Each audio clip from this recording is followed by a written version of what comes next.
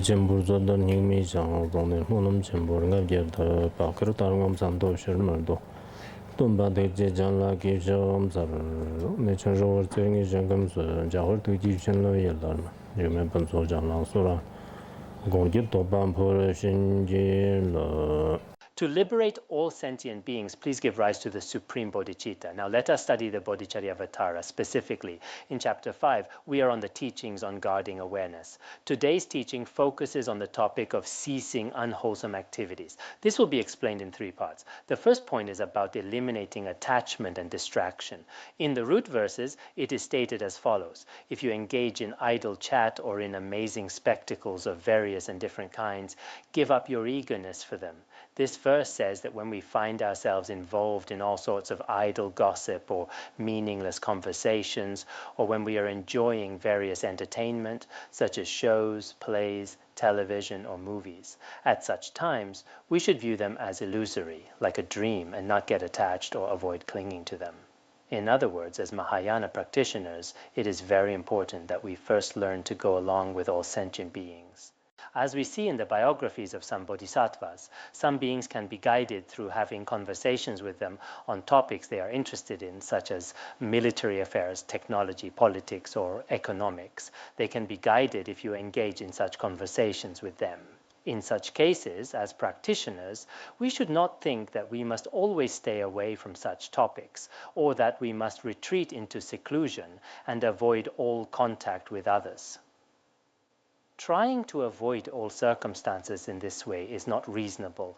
Therefore, whatever we do, we should always examine our own mind as described in the Mahayana texts. We must check whether our actions are truly beneficial to sentient beings. If it is beneficial, then even if it may not seem entirely in accordance with the Dharma, such as engaging in worldly conversation, it is permitted sometimes for a Mahayana bodhisattva whose main aim is to benefit others. We already discussed this point yesterday. However, for most ordinary people, if we truly lack the capacity to benefit others through such conversations, it is best not to engage in idle talk or watch various programs that cause our minds to become distracted or to participate in modern scientific or entertainment activities. It is best not to indulge in these things. Once we do, the ordinary minds are easily drawn in by external temptations and are very easy to be controlled by them. So it is best for us to avoid them. If we truly cannot avoid being in such situations, we should keep our minds in check with mindfulness and awareness, do our best not to become attached to these external things. This is extremely important. So here, this verse talks about 2 points. First, when we find ourselves in situations where idle talk is necessary, or when we must speak about unrelated topics, it is best not to become attached to them. I want to share a story related to this. Perhaps we mentioned it when teaching the Just King. There is a story about 2 demons. One had taken refuge in the Buddha, the other had never taken refuge. When they met, they planned to harm 2 bhikshus. The demon who had not taken refuge wanted to take the lives of the 2 bhikshus, but the demon who had taken refuge said, "We shouldn't do this. Let's observe them first. If all the words these 2 bhikshus speak are unrelated to Buddhism, then taking their lives would be acceptable. But if they discuss anything related to Buddhism, then we should not harm them." So these 2 demons followed the 2 bhikshus. These 2 bhikshus talked only about various worldly matters as they walked along the road. They never discussed the Dharma at all. When they were about to part ways, they said to each other, "Be careful not to be careless." After hearing this, one of the demons who had not taken refuge was ready to harm the 2 bhikshus. But the demon who had taken refuge said, "You must not harm them.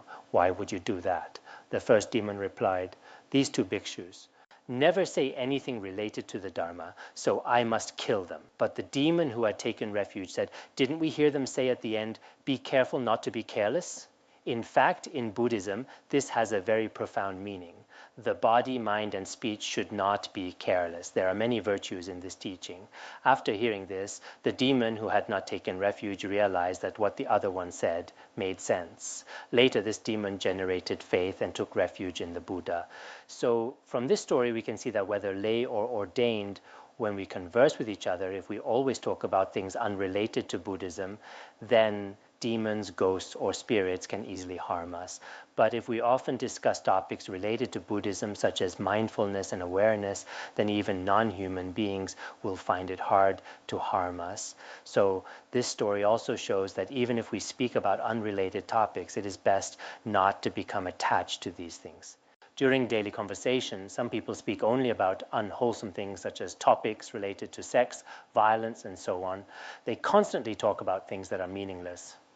In the end, this is harmful to themselves. Of course, as ordinary people, it is difficult for us to always talk about spreading the Dharma or topics related to practice, just as arhats or bodhisattvas do. But generally, as practitioners who have taken refuge and uphold various levels of vows, we should always observe our speech. Are we attached to the things we say? For example, when some people talk about their experiences, when they mention their enemies, they may start to cry while feeling intense anger. Then when talking about their friends and family or their past relationships, they may become attached and start crying again. For a true practitioner, this kind of behavior is not appropriate. We can talk about things, but we should not become too attached. This is the attitude we should have when we speak. The second point is when we enjoy certain things. As I mentioned earlier, as ordinary people, it is best to first protect ourselves. We should avoid going to places that are not beneficial for guarding our minds. If we go, we may find it's difficult to control ourselves in such environments, even if our motivation was good at first. It's like once you let children go out to play, very few of them will come back on their own initiative. In the same way, it's best not to go to such places. If we go, in the end, very few people are able to protect their minds with mindfulness and awareness. Of course, for bodhisattvas in their last rebirths, they are able to do this. I remember in the Vinaya, there is such a story. It was about Shariputra and Maudgalyayana, the two great disciples of Buddha Shakyamuni. These two noble ones were born into very wealthy families in India. Before they took ordination, Shariputra was called Niyeka, and Maudgalyayana was known by Banaji at that time. They were beings in their last rebirths in samsara. As we know, those who attain liberation in this very life are called bodhisattvas in their last rebirth. Since they were about to transcend samsara, they had little interest in the various sights, sounds, smells, tastes, and pleasures of the external world. Sometimes we can see this as well. Among practitioners, whether lay or ordained, some do not develop interest or become attached to many of the worldly things that others admire. Instead, they develop great faith in the Dharma and the qualities of the three jewels. This is a sign of attaining accomplishment in this very life. So, before these two noble ones became ordained, they were not willing to go to entertainment events or places of distraction. But once, in their area, a grand event was held.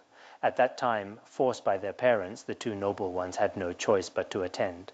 At that time, they were both famous in terms of their charisma and wisdom. Banaji and Nyeka were both very well known in every way in their area. They had heard of and admired each other, but they had never met. On that day, both of them went to the event under their parents' orders. By coincidence, they ended up sitting together at the event. They didn't know each other, but they sat together.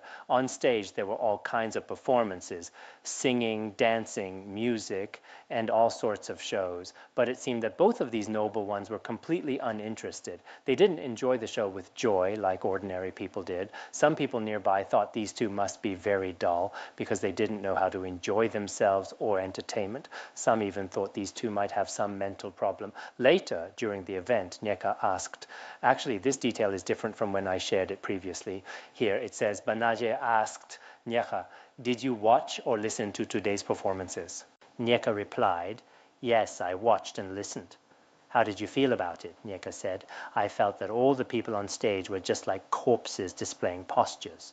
Through their performance, they were gathering many beings who are approaching death. Other than that, there was nothing impressive. Upon hearing this, Banaje very much agreed with his view. Banaje asked, are you the famous Nyeka? Nyeka replied, that is what people here call me. That's what he said at the time. Then Nyeka also asked Banaje, how did you feel about the performances at this event today? Banaje replied, I also watched and listened, but my feeling was that all the decorations here were just burdens, all the dancing was just an illusion, and all the singing was like the howling of a wild wind. All forms are impermanent. Other than that, there was nothing impressive. After hearing this, Nyeka asked, "Are you the famous Banaje?" Banaje replied, "That is what people call me." The two of them were quite interesting. From then on, they found they had much in common. Of course, later they both became ordained and attained realization. So the point here is, if we really must attend such events, or if we find ourselves faced with all sorts of performances and things that people admire, we should not become infatuated or attached to these appearances. Some monastics and lay people, when watching TV dramas, become so absorbed that they are not eating or drinking, just staring at the TV. From the perspective of bystanders, it's clear that they are not bodhisattvas in their last rebirths. Their entire body and mind are completely immersed in the programs, which clearly shows that their minds are captivated by these illusions with no freedom at all. So we should be the masters of our own minds and destinies. Otherwise, whenever appearances arise, we will be controlled by them. If this continues, our body and mind will never find true freedom. So, the teaching here says, when we encounter external objects, we should do our best to eliminate attachment. Of course, this is not easy for ordinary people, but we understand the teachings given here first. Then, what is taught should not just remain as words spoken or written in the text. We should apply it in different situations to consciously practice and train ourselves. Then, when we encounter such circumstances, we will be able to use our training to deal with them. It's like soldiers who keep training when war has not been waged. They keep practicing. When they finally face a real enemy, they can use the skills they have mastered and easily overcome the opponent. So, for us practitioners, after hearing a teaching, we should change at least a little.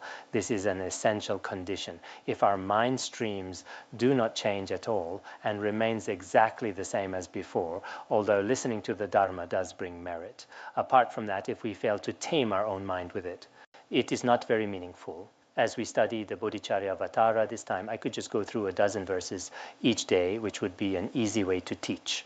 But I want to use my own wisdom and experience to explain to all of you each verse in detail. Afterwards, I hope that everyone who studies this treatise will not just treat the study as a temporary task to finish. We should reflect deeply and practice this text to benefit ourselves and others. This is very important. Now, the second is about giving up meaningless activities. The root verse says, if you should dig the ground, cut plants, or draw in dirt without a purpose, recall the words of the Sugata, and at that moment, stop from fear. This verse says that as someone who has generated Mahayana bodhicitta, we should avoid meaningless activities like digging the ground, cutting grass, drawing on the ground, sticking things into the earth, or using chopsticks or sticks to draw on the ground. It is not appropriate to do these things mindlessly or without purpose. Why is that?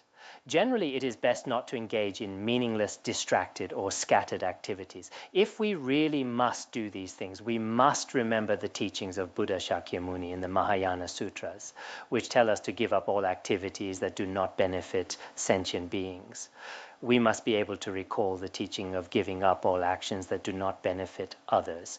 This is something we must always keep in mind. If we violate the precepts set by the Buddha, we may be reborn in the 3 lower realms and experience terrible results. We should always remember this principle as well. Once we recall this, we can give up such inappropriate actions. Of course, if we have meaningful purpose, for example, building a shrine hall or constructing a retreat hut or building a stupa, then digging or cutting grass is permitted. The Buddha said this in the Vinaya. For example, if we are drawing a mandala on the ground or painting a Buddha image on a large area of land, such virtuous actions are permitted by the Buddha in the relevant scriptures.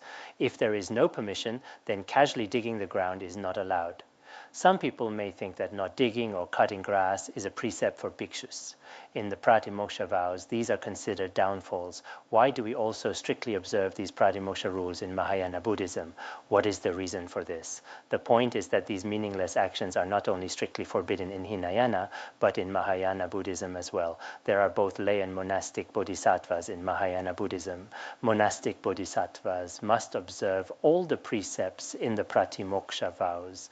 Even lay Mahayana bodhisattvas should also avoid meaningless actions that go against the Buddha's teachings.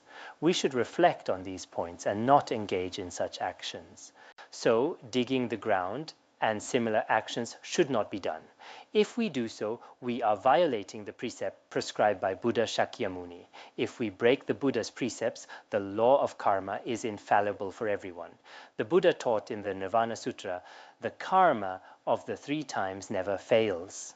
So, the karma of the 3 times will never fail to ripen into effects. Therefore, in this life, if we disregard and disrespect the Buddha's teachings, the negative karma we create will definitely ripen in future lives. There was once a Naga king named Elapatra. In a previous life, Elapatra was a bhikshu during the time of Buddha Kashyapa.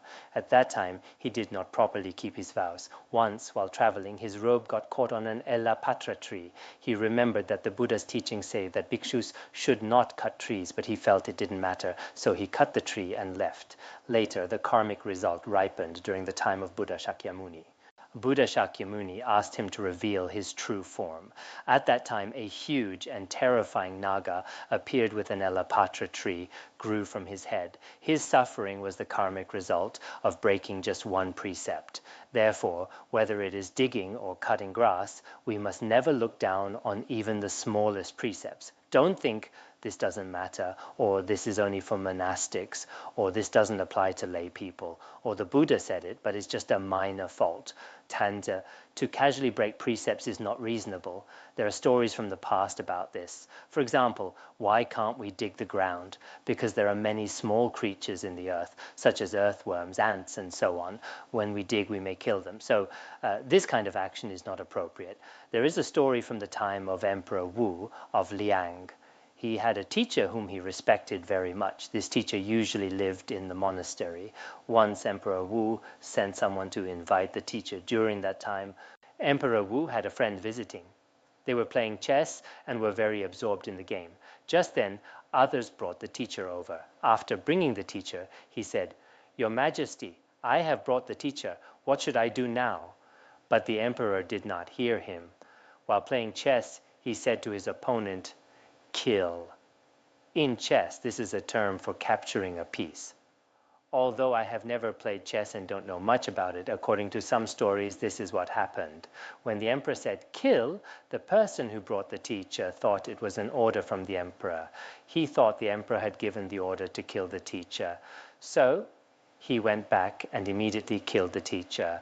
A while later, he returned. Of course, this was not what Emperor Wu intended. He was just talking to his chess opponent. A while later, the man came back and reported the whole situation to the emperor. At that moment, the emperor was filled with deep regret. But the deed was already done, and nothing could be changed. Later, the emperor asked the man, "When my teacher died, did he say anything?" The attendant replied, "Not much. Teacher only said that he was once a young novice monk in a previous life. At that time, while digging the ground, he accidentally cut an earthworm in 2 without thinking. He is now experiencing this retribution as a result of that karma, a mistaken killing for a mistaken killing. This is the retribution he must face." After saying this, the teacher passed away. So, from this story, we can see that when we dig the ground, killing an earthworm may not seem like a big deal. But from the perspective of the infallibility of karma taught by the Buddha, whatever karma we create, we will inevitably experience its results ourselves. In the 100 Deeds, it is stated, the negative karma created by sentient beings will not ripen on the external elements of earth, water, fire, or wind, nor will it ripen in someone else's mind stream. Instead, we ourselves will experience the results of our actions. So, for all of us here, whether as children or before we had faith in Buddhism, we may have intentionally killed sentient beings. Each of these actions will have to be repaid with our own life. There is no doubt about this. So, if we do not properly confess now, the karmic results will truly be terrifying. I think that whether it's the construction at our Buddhist academy or when we build shrine halls to spread the Bodhisattva or other dharma, we may accidentally kill many living beings in the process, including earthworms, ants, and other small creatures. The consequences of such actions are hard to say. Sometimes, whether for the Sangha or for ourselves, we may create negative karma, either intentionally or unintentionally, unintentionally. In the future, we may have to repay this debt with our precious lives. This is truly frightening. I think whether it's our audience or those of us here from beginningless time until now, or even just in this life, we have probably killed many sentient beings. Let us all, as a Sangha, confess together. Let us recite the Vajrasattva mantra, Om Benza Satohung. All right, from now on, as we continue on our Buddhist path, we should remember that life passes quickly. This is one way to look at our lives. It is not so difficult for us to avoid killing in this life. Even some fishermen and butchers, after reading Buddhist texts on karmic retribution, have put down their knives and resolved never to kill again. This is quite common. So there are many other ways for people to make a living nowadays. Therefore, I sincerely hope that all our listeners today, including Dharma friends watching through the internet, can make a heartfelt aspiration to never kill sentient beings in this and all future lives. I think this is extremely important. Try to make the aspiration silently in your heart, that even if you face danger to your own life, you do not intentionally kill. If you make this vow, the negative karma of killing in the past can be purified. From then on, your minds will not be stained. So this is very important for every sentient being.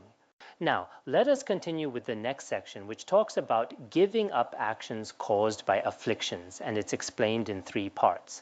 First, we study the brief explanation, and the root verse says, whenever you have a wish to move or else you feel a wish to speak, examine your mind first and then be firm in acting properly.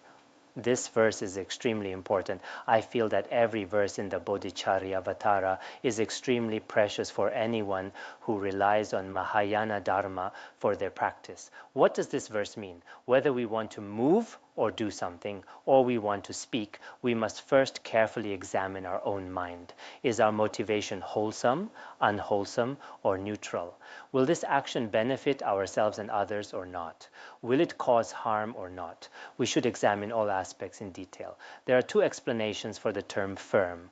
First, firm means for bodhisattvas, their minds are not shaken by external afflictions and conditions. This is often mentioned in the ornament of Mahayana sutras. In that text, firm one is one of the many names for a bodhisattva. So as a bodhisattva who has generated bodhicitta, one should be firm in acting properly. That is to say, whatever you do or say as a stable one, you must first examine your mind and then act only after careful consideration, always maintaining this attitude. This is extremely important for us as practitioners. For example, if today you want to travel somewhere for pilgrimage or go on a business trip or do anything at all, you need to move your body to go there. Before you actually go, while you are still preparing, you should think, in a few days or next week, someone is asking me to go out. What is my motivation for going? Is it good or not? Is there any real purpose in going? This is what you should examine first.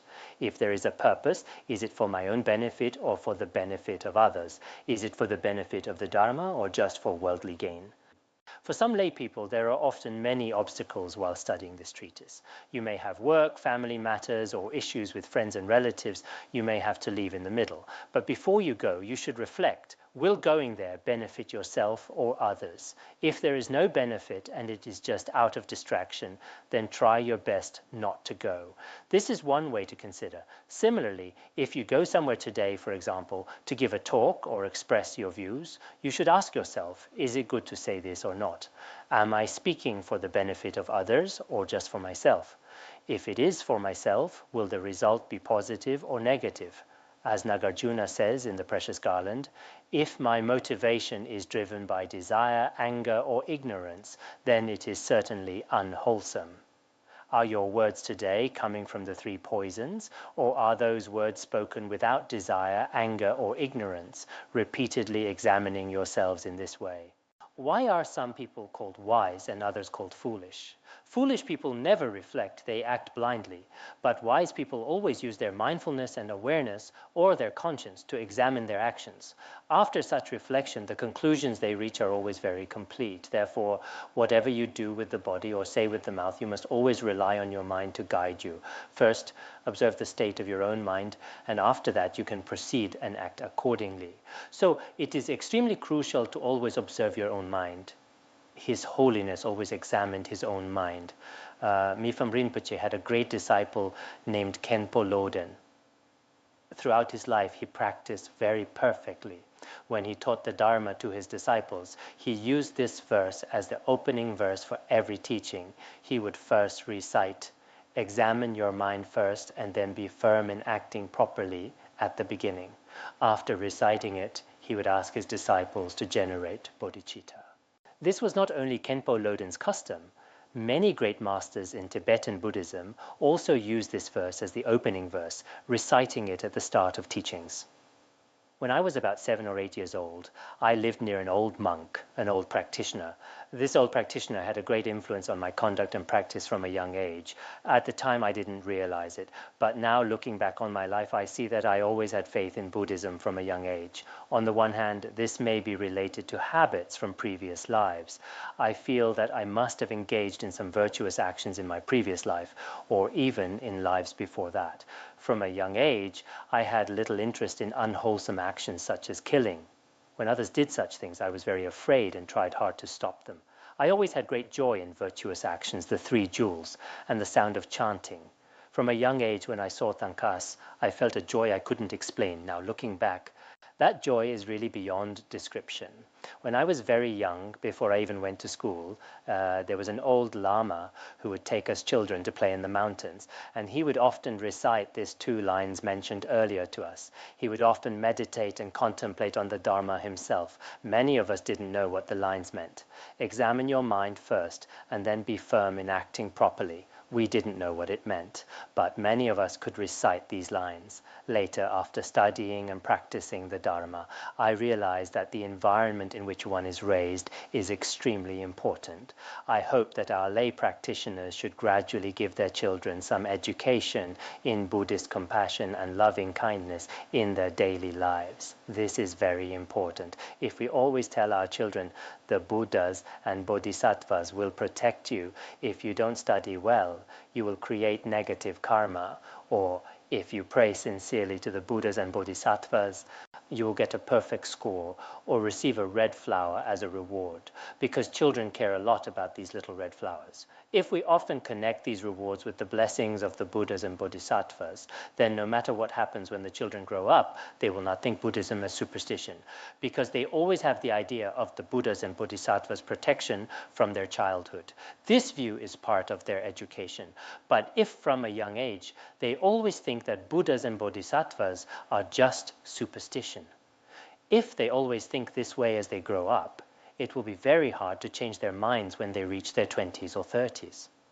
Some people or students here first study atheism and materialism in their youth. Later, they encounter difficulties in their 30s or 40s. They have no choice but to take refuge in Buddhism, but their old views are deeply rooted, and these habits are very hard to change.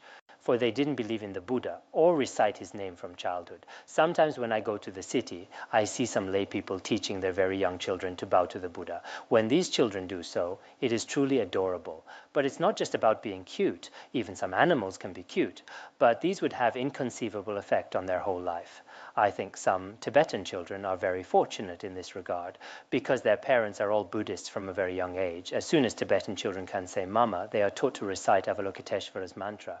Among all the Tibetan people, there are almost none who become non-believers or slander the 3 jewels.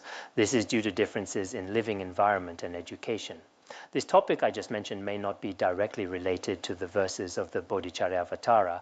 I just wanted to share some thoughts. I go off topic and talk about children's upbringing. Let's return to the main point. In whatever we do, we should always observe our own mind. This is what Shantideva emphasized from the very beginning of studying this text until now. Many great masters in history have also emphasized this. Why were their practices so successful? It is because they constantly examined themselves. As a result, their body, speech, and mind were very pure. The Infinite Life Sutra also teaches that guard your mind well and it will be pure and unstained. This means that at all times we must be good at guarding our own mind. Then all our actions will be pure and unstained. Of course, it is difficult for ordinary people at first, but if we keep practicing over time, we will eventually achieve our goal. Therefore, in our practice, we must rely on spiritual teachers who have genuine realization and who regularly observe their own minds. Such spiritual masters are what people today call engineers of the human soul. People usually call teachers engineers of the human soul. But true spiritual teachers with authentic qualities are the real engineers of the human soul.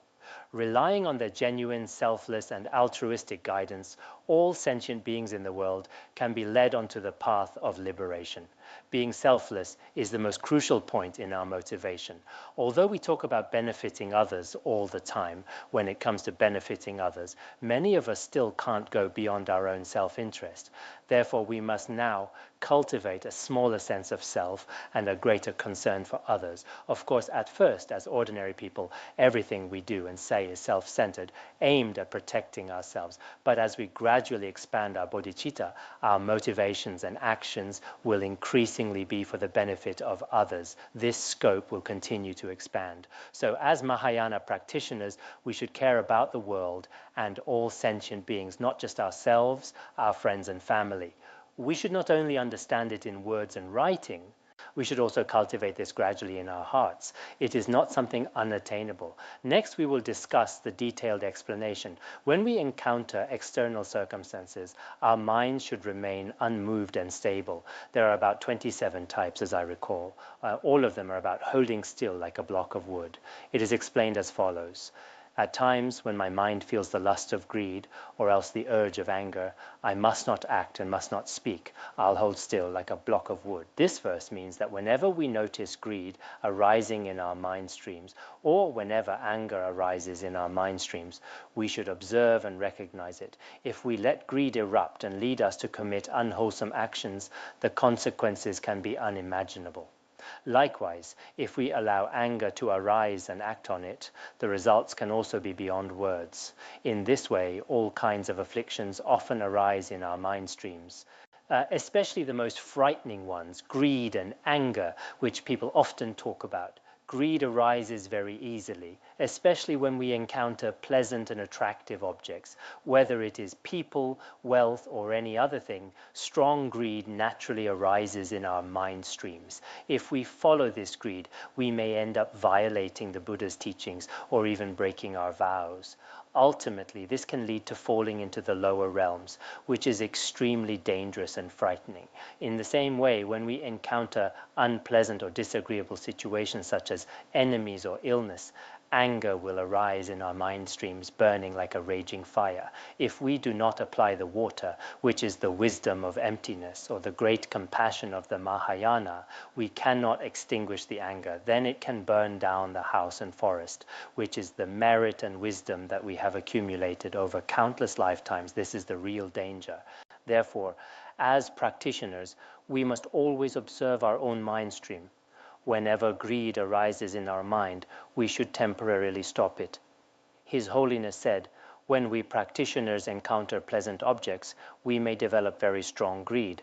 When we encounter unpleasant objects, we may develop very strong anger. But at that time, we should observe our own mind and remember the teachings of the Buddhas and Bodhisattvas. At the very least, we should be able to stop it for about 10 minutes. Remain unmoved, do not speak or act. Just stay still. For example, if today you see something you really want and you want to steal it, when this thought arises, pause for a moment and remind yourself, I can't steal right now. Stealing will harm both my present and future lives. If you can put it aside for a while, the problem will resolve itself. Or you encounter an enemy or even a friend or family member with whom you argue today because of some miscommunication or misunderstanding. At the moment you start to quarrel or even fight, the consequences could even lead to suicide or other tragedies. When something serious happens, it can happen in a very short time. Whether it is anger, greed, or other afflictions, it can lead to terrible consequences in just 10 minutes. This is possible, but when you are in the heat of the moment, whether it is desire or anger, remember the teachings of the Buddhas and Bodhisattvas and pause for a while. When arguing, some people just stop talking and sit quietly in the midst of a heated moment. After 10 minutes or so, they seem to return to their original state. Afflictions are really like a violent storm in spring or summer. When the storm is raging, it may seem like it envelops the whole world, and the whole world becomes unclear. But when it stops, the sky can become cloudless and clear again, becoming a completely different world. So when afflictions arise, they can be extremely frightening. But if you can endure and restrain yourself in that moment, then there will not be any major obstacles. There is a book called Virtue and Moral Education, Ancient Mirror, which contains a story called Not Allowed, Not Allowed. The story goes like this. There was a doctor named Chen who was highly skilled in medicine and helped many beings through his medical knowledge. One day, a man named Mr. Zhang, who was very poor and suffering from a terrible illness, Dr. Chen treated Zhang unconditionally, and Zhang was cured. Later, Dr. Chen traveled to another place, and it was already dark on his way home, so he stayed at Zhang's house. That night, Zhang was not home, and his wife took care of Dr. Chen and let him stay the night. But since her husband was not home, the wife began to act inappropriately in front of Dr. Chen, trying to seduce him and behaving in an unwholesome way. At that moment, Dr. Chen remembered the teachings of the ancient sages, that one must not lose one's conscience or do unwholesome things, especially the teachings about the vow against sexual misconduct. With these teachings in mind, although the woman tried everything she could to approach him or to embrace him, he kept saying, "Not allowed, not allowed," and pushed her away. After struggling all night, dawn finally came. His pure character and conduct remained untainted. Because of this virtue, later, when Dr. Chen's son took an exam, the teacher who graded his paper thought he did poorly and was not going to admit him.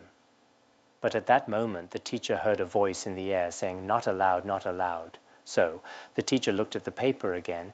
He still thought it wasn't good enough and put it aside. But again, he heard the same voice in the air. After looking again at the test, he found some points that were acceptable and finally accepted him. This is actually a very simple story. But it shows that by strictly keeping the precept against sexual misconduct, the positive result appeared in this very life. Through this cause, his son was admitted to the university. At that critical moment, he remembered the teachings of the ancient sages, so he did not lose his conscience. And for the rest of his life, he never committed sexual misconduct. Regarding the negative karma of greed, if you can control yourself when the most dangerous thoughts arise, you can stay pure and untainted in this way. Now, regarding anger, I once shared a story in Footprints on the Journey. There was a man who bought one piece of advice with 500 taels of gold. When you feel the most intense anger, just pause for a moment.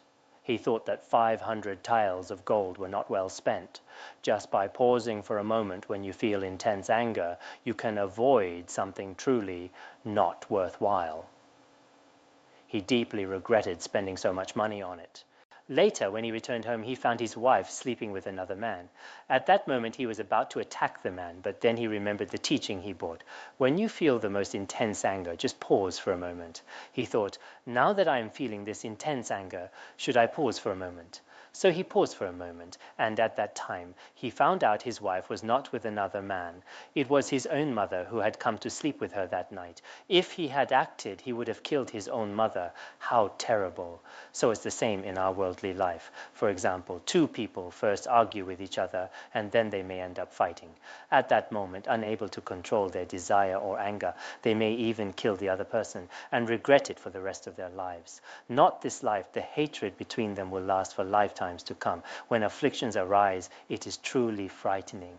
So, as practitioners, when the most intense afflictions arise, Can you pause for a moment and hold still like a block of wood? No matter how strong the storm or natural disaster, the tree stands tall and unshaken on the mountain. It is unshakable. So your conduct should be like a tree, temporarily not speaking or acting, just abiding naturally. This is truly a wonderful teaching. Therefore, whether monastic or lay, there are many obstacles in the way of practice, and unwholesome actions are common in the world. In such situations, it is best not to act on your worst impulses. If you really must do something drastic, wait a long time before acting. It's never too late. Otherwise, you will regret it forever. You will leave a scar on your heart that will never heal. So, by relying on the teachings of Shantideva, everyone should do their best to counteract the afflictions in their mind streams. All right, we'll stop here for today.